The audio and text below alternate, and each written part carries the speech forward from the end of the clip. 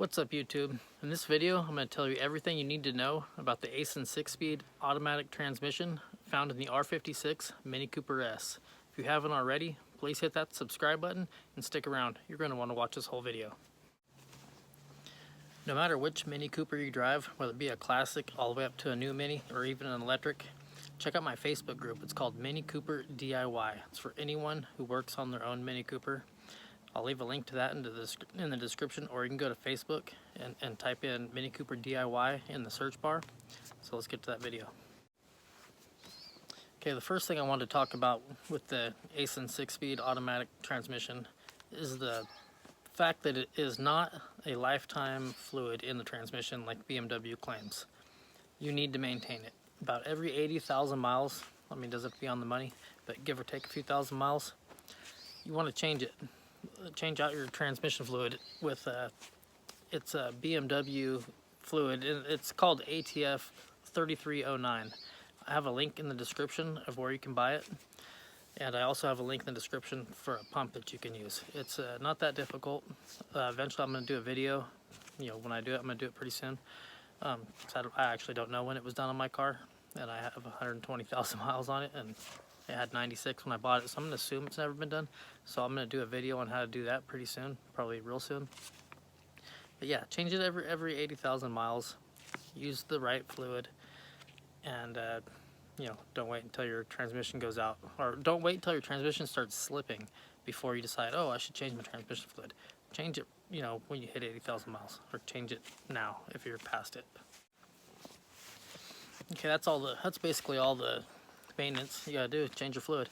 Pretty easy. The next thing I want to talk about is how it shifts. There's a couple of different ways you can drive these automatics, and you hear a lot of people will say, oh, the manuals are more fun, and then you'll watch them and they're not even driving it, they're just putting it in drive and driving it that way. Well, of course the manual's more fun if you're doing that. We have paddle shifters, we have a shift lever with manual shift. Use that stuff. The first way you can drive it, you just put it in drive. Put it in sport mode or anything. I've never driven mine like that, but you're welcome to. Also, when you have it in just a regular drive, it's not going to shift as hard as when you have it in like sport mode with the manual. Sport mode with the lever pulled all the way to the left, so that you have it in manual shift or MS, whatever you want to call it. You can use the paddle shifters or use the shift lever. In fact, you don't have to have it. You can use the paddles at any time. You can be in drive. You don't have to have sport mode on. You don't have to have DCS turned off, which I always do anyway. But you could just be in regular drive. And if you want to upshift or downshift because your transmission's not doing it, you can do it with the paddles at any time. It's just one of the cool things about these cars, about these transmissions. I actually really like these transmissions. Another way you can shift it is, you can put it in sport. Put it over to the left, but where it's in manual shift, but you don't have to manual shift it. So it's just basically in like a sport setting. And at that point, it's basically like pressing the sport button, but you don't have to. I don't know if it changes the steering, but it definitely changes the way the transmission shifts. It'll definitely shift a little bit more firmer when you do that. And then also it'll allow you to bring the RPMs up to 6,500 RPM before it shifts. And then when you let off, it'll actually drop you all the way down into first gear. In regular drive, it'll only drop down into second gear when you're doing stop and go driving. But in MS, it'll drop all the way down to first. But then if you press the sport button, it actually shifts a little bit firmer than it did. Well, there's three stages. There's the stage in drive, there's a stage in sport, but not, or in MS, but not in sport. But then there's the stage where you're in sport and have the sport mode, or in MS and have the sport mode button pressed. You're going to shift even harder at that point, and that's the hardest it's going to be. And that's how I always drive mine, and I always use the shifters. And that leads me to the way that I always drive mine. I always have it in sport mode. I always have the traction control, the DCS turned off. I always have the shifter to the left, and I use the paddle shifters. Unless I'm like if I come to a stop sign, I have to make a real sharp turn, I'll use the lever to shift it from first to second. But other than that, I just use the paddle shifters. And that's just, for me, That's the most fun you can have driving these cars. You don't, I mean, you can drive it as fast as you want. Well, not as fast as you want, but as fast as you're capable of driving, and you don't have to let go of the steering wheel. You have way more control of the car. It's great. It's way more fun than just putting it in drive. Even if you're driving fast in drive, it's not going to be as fun as if you're shifting the car. You're controlling when you downshift. You're controlling when you upshift. To me, it's even more fun than a manual. I like these a lot better. And if I ever upgraded it, I would go to a sequential transmission. And these shift like a sequential. They don't shift in the same fashion inside the transmission as a sequential, or that's what it would be, but it shifts the same way. Like you would pull it towards you in order to upshift, push it forward in order to downshift, just like a sequential transmission. It's it's slower than a sequential, but it's definitely faster than a manual. Mod for mod, or stock for stock, take two of these cars, one that's manual and one of them that's an automatic. Take it to the drag strip and see who wins. It's going to be the automatic. Sorry for you guys that like the manuals, but automatics are faster at the drag strip. Ask anyone who drag races. That's why when I used to drag race, I took the manual out of my car and put automatic in it. I don't have all the gear ratios memorized. There's, because there's 6 of them in the final drive. So I'm just going to go ahead and put that up on the screen. Go ahead and read it. Write it down. It's in the description of this video. I have all the gear ratios and the final drive for both the N14 and N18 engine. The gear ratios are the same. The final drive, well, they're both the same, N14 and N18, but it's in the description. So yeah. Okay, now I just wanted to talk about some of the pros and cons of the Aisin 6-speed automatic transmission. Like I said, I like the transmission, so the cons aren't really that big of a deal to me, but they might be to you. But first pro, I have 4 pros and 4 cons. The first pro is going to be the paddle shifters. I mean, they're awesome. You can keep your hands on the steering wheel, like I said earlier. You're just hanging corners, and you can upshift, downshift. You have full control of the car. I don't know why people say that you have more control with the manual. The only thing you don't have is a clutch, which actually gives you more control because you can have your foot on the brake. So the first pro for this is definitely the paddle shifters. In fact, that's the reason I decided to give the automatic a try. It wasn't because they're faster drag racing, because it's a front-wheel drive car, but I always wanted paddle shifters in a car. You got to have an automatic or a sequential transmission to have paddle shifters. Well, I guess you can do it with a couple companies make them now where it's still a manual, but I don't see the point. I would rather do it without having to press the clutch every time. So I think it's a lot better. And my second pro is definitely the same thing, not having a clutch. It makes left foot braking so much easier, and if you're going to be driving fast, left foot braking is awesome. Especially if you're on the racetrack, obviously it's awesome. But on the street, even you're driving even the speed limit. You could be driving 65 miles an hour or 55 in a 55, and I live out in the mountains. I don't know if you can tell by the trees behind me, but a deer jumps right out in front of you. If your foot's on the brake, you're going to brake way faster than if you have to take your foot off the gas pedal and then press the brake. So you're going to be on the brake way sooner. So then obviously already having brake upgrades like I do, you're going to stop super fast. But just even with the OEM setup, you're going to stop, maybe even 30 feet, sooner than you would have. And 30 feet is the distance of driving through a crowd of people, so you can't beat left foot braking. And it's a lot easier to do in an automatic than it is in a manual. And the third thing is the fact that you will never miss a gear. How many times you've been going somewhere, not just going somewhere cruising, but you're racing on the track, and third gear is a big one, where you either accidentally put it in 5th or you accidentally put it in 1st. It's just no good. Or you just can't get it in the gear and you lose the race. If you put it in the wrong gear or you just can't get it into gear and you're in an equally matched race, you're gonna lose, and that'll never happen to you with the automatic, any automatic. But the Aisin 6-speed it shifts fast, like I said earlier, and it's just you're not gonna miss a gear. So even driving around corners, jamming, you don't want to come into a corner. Oh, and also you don't have to. That's another thing. It's just along the same lines as not missing a gear. You don't have to remember what gear you're in, even though you can read it on the selector. It tells you what gear you're in. you come into a corner and you don't have to go, oh, I gotta go to third gear, but I don't know what gear I am in.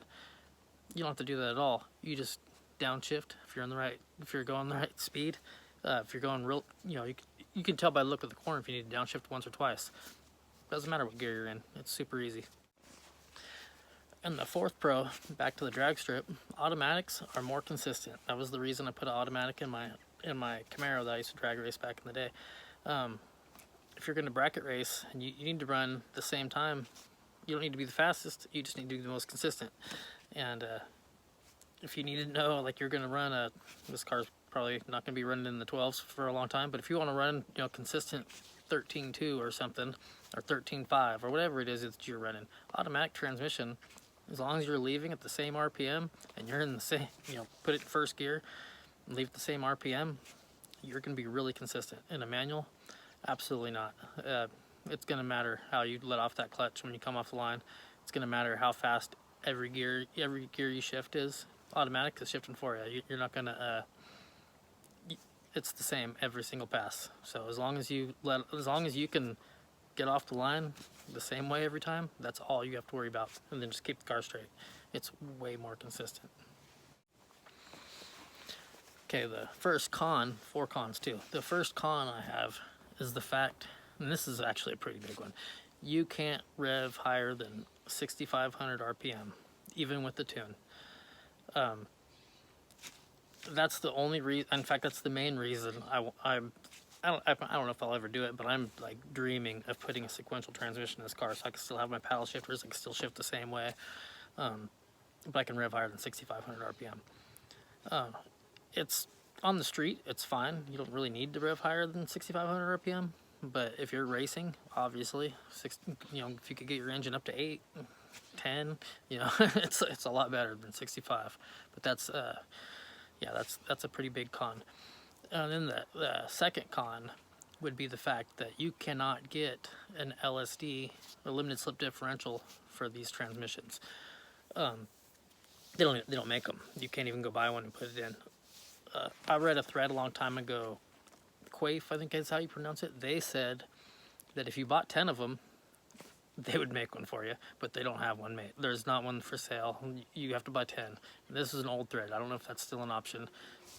If I had the money, which I don't, I would buy 10 and sell 9. But that'd be awesome. But they do come with the E-diff, which obviously it's not as good as the LSD, but it is actually pretty good.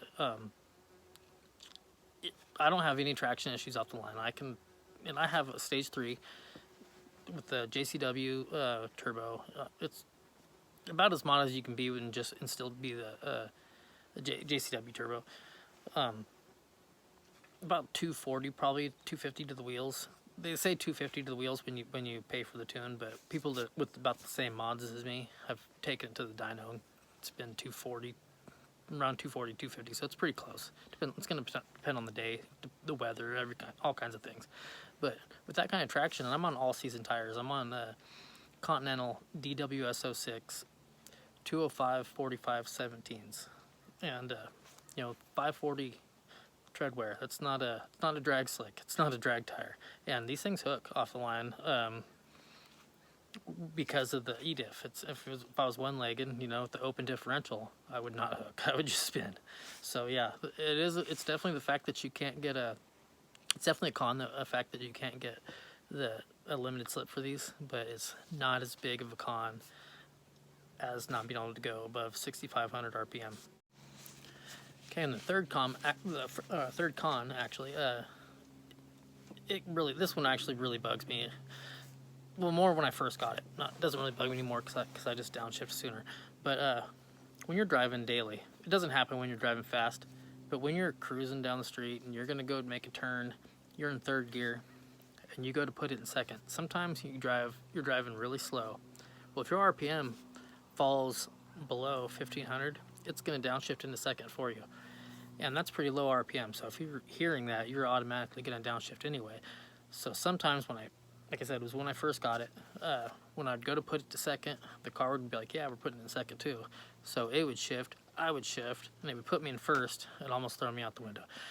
Luckily, you're not going that fast when that happens, but you know, it just really sucks, and I wish there was a way to tune that out.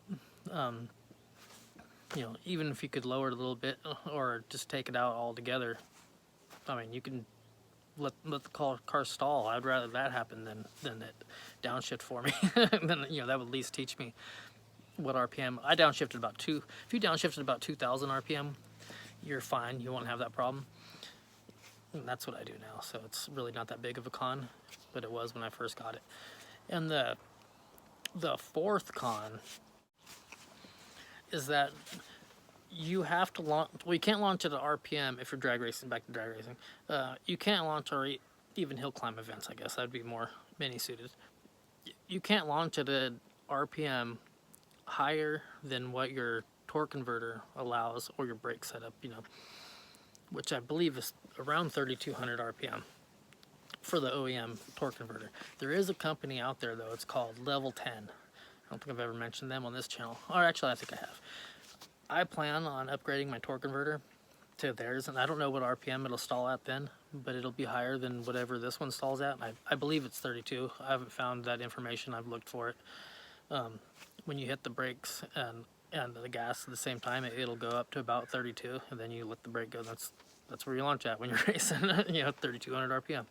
But I used to have a Subaru, the 2002 Subaru WRX. Then it was an automatic, and it had a torque converter in it from Level 10 it launched at about 40, I want to say 42 or 47, I can't remember. But that was an all-wheel drive car, and that thing, you know, it left. So I definitely want a higher stall in this car, and I'll do it eventually. But yeah, that's the fourth con, is that you're kind of limited. You don't. I mean, obviously you can launch it lower, but why would you? If you need to launch lower than whatever the stall is on this, you need better tires. You don't need a higher stall or a lower stall. Okay, like I said earlier, check out my YouTube group, Mini Cooper DIY. I'll leave a link to that into the description, or you can search for it. If you liked this video, please give it a thumbs up. If you didn't like this video, give it a thumbs down. Hit that subscribe button if you like this video, and I'll catch you in the next video.